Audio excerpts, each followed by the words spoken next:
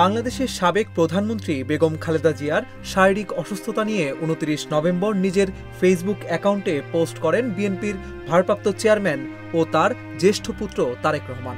পোস্টে তিনি বলেন, বাংলাদেশের সাবেক প্রধানমন্ত্রী দেশনেত্রী বেগম খালেদা জিয়া গুরুতর অসুস্থ ও সংকটাপন্ন অবস্থায় হাসপাতালে নিবিড় পরিচর্যায় রয়েছেন।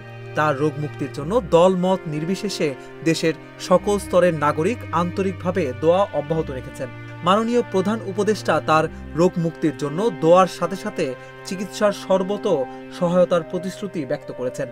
দেশ বিদেশের চিকিৎসক দল বরাবরের মতো তাদের উচ্চমানের পেশাদারিত্ব ছাড়াও সর্বোচ্চ আন্তরিক সেবা প্রদান অব্যাহত রেখেছেন। বন্ধুপ্রতিম একাধিক রাষ্ট্রের পক্ষ থেকেও উন্নত চিকিৎসা সহ সম্ভাব্য সকল প্রকার সহযোগিতার আকাঙ্ক্ষা ব্যক্ত করা হয়েছে।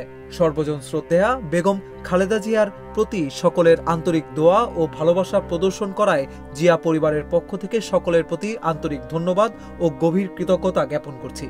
একই সাথে বেগম খালেদা জিয়ার আশু রোগ মুক্তির জন্য সকলের প্রতি দোয়া অব্যাহত রাখার জন্য ঐকান্তিক অনুরোধ জানাচ্ছি।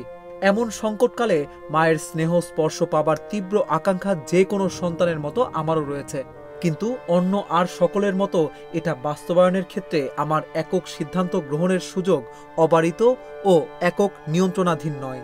স্পর্শকাতর এই বিষয়টি বিস্তারিত বর্ণনার অবকাশও সীমিত। রাজনৈতিক বাস্তবতার এই পরিস্থিতি প্রত্যাশিত পর্যায়ে উপনীত হওয়া মাত্রই স্বদেশ প্রত্যাবর্তনে আমার সুদীর্ঘ উদ্বিগ্ন প্রতীক্ষার অবসান ঘটবে বলেই আমাদের পরিবার আশাবাদী।